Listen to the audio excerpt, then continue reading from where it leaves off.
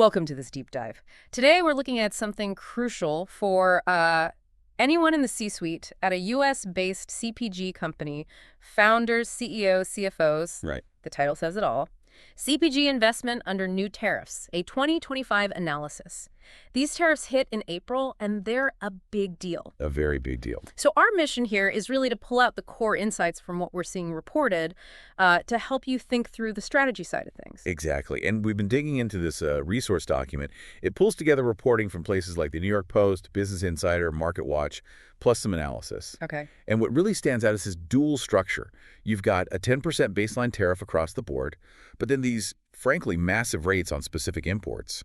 Think 145% on goods from China. Wow, 145%. Yeah, it's not just tweaking costs, it's fundamentally changing the game for CPGs. Okay, so let's jump into it. How does this actually impact investment thinking? First up, I imagine, is margin compression. Precisely. It's the most direct hit.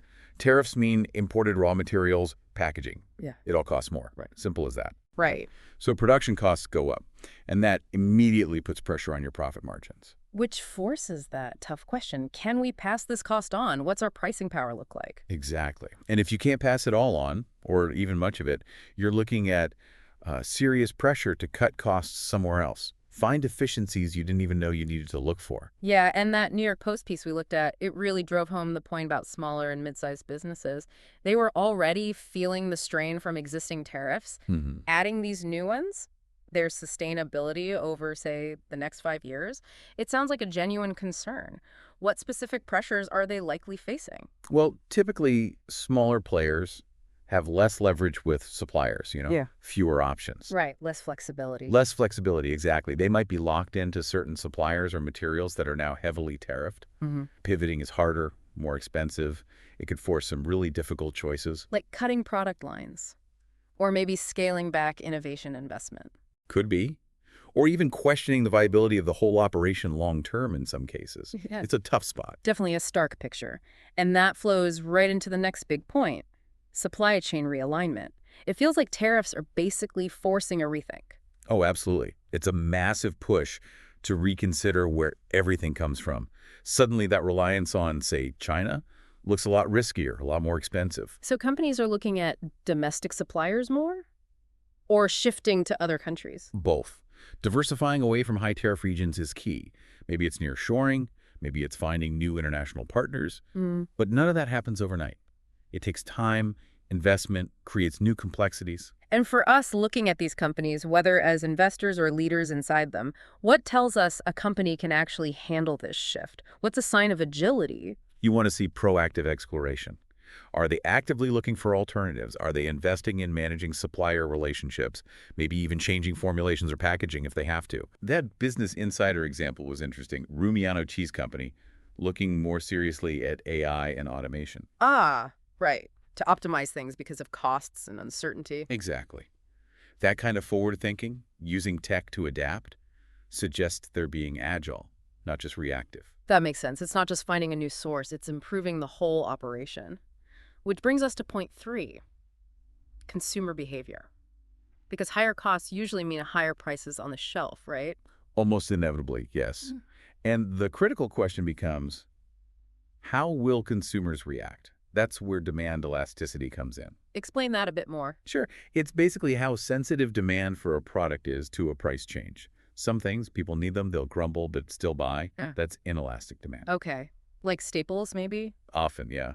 But other things, non-essentials, or items with lots of substitutes, a price hike could cause demand to drop off significantly. That's elastic demand. So for a CPG company, knowing that elasticity for your specific products is absolutely vital now for forecasting revenue, making investment choices. Crucial. They need to be watching sales data like hawks, maybe doing market tests, consumer surveys, looking at past price change impacts. And MarketWatch picked up on that fascinating trend, doom buying. Yeah, kind of a catchy term for consumers stocking up on non-perishables, coffee, olive oil, soap, things like that, because they expect prices to jump. So they're buying ahead. Right.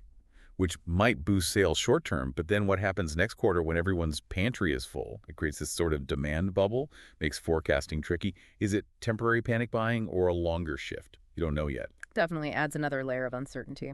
Okay, point 4. Automation and technology.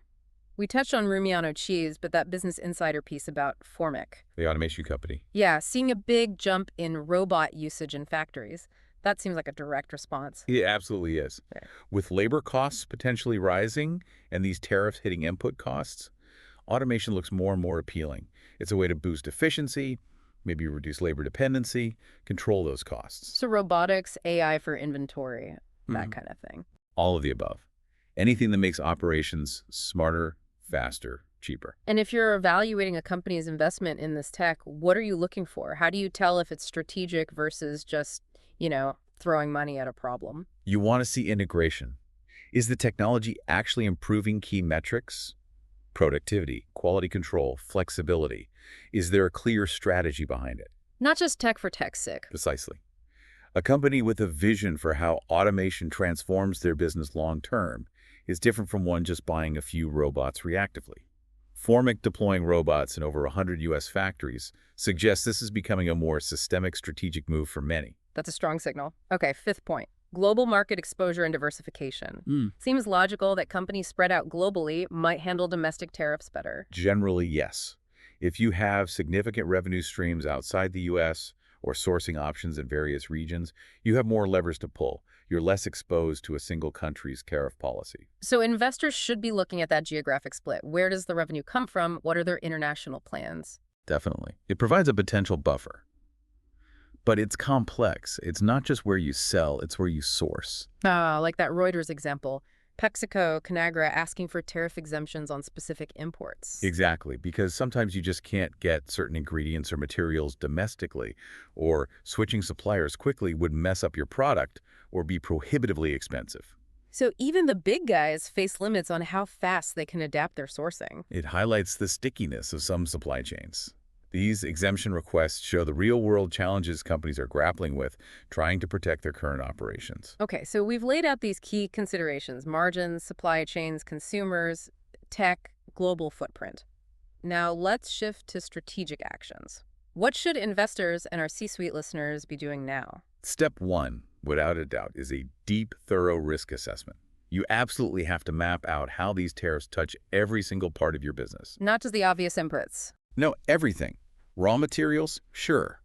But also packaging, components, transport, distribution, even potential retaliatory tariffs from other countries hitting your exports. It all needs to be on the table. And this isn't like a one-and-done assessment, right? Trade policy shift. Absolutely not. You need ongoing monitoring. What's happening with trade talks? Are there new rules coming? Retaliation threats?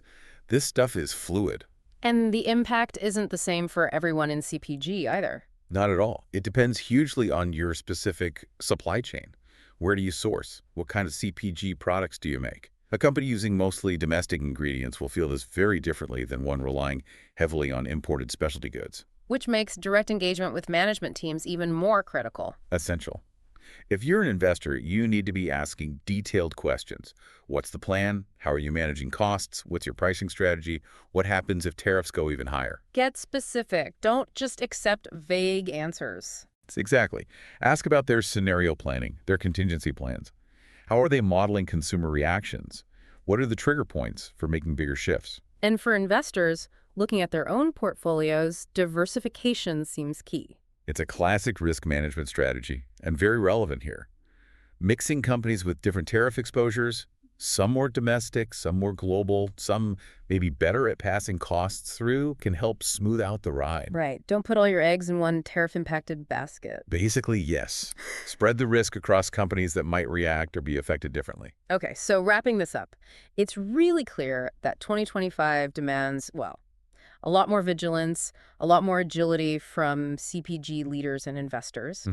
These tariffs aren't just a little turbulence, they're reshaping the whole playing field. So understanding all these moving parts, costs, supply chains, consumers, technology, global factors, it's not optional anymore. It's fundamental to making smart strategic calls. Couldn't agree more. It's about navigating this new reality effectively. So let's leave our listeners with a final thought to chew on.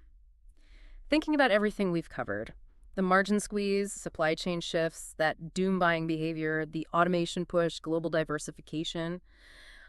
What specific part of your company's world, maybe something you haven't looked at closely enough, might be most vulnerable right now? Could it be a second-tier supplier?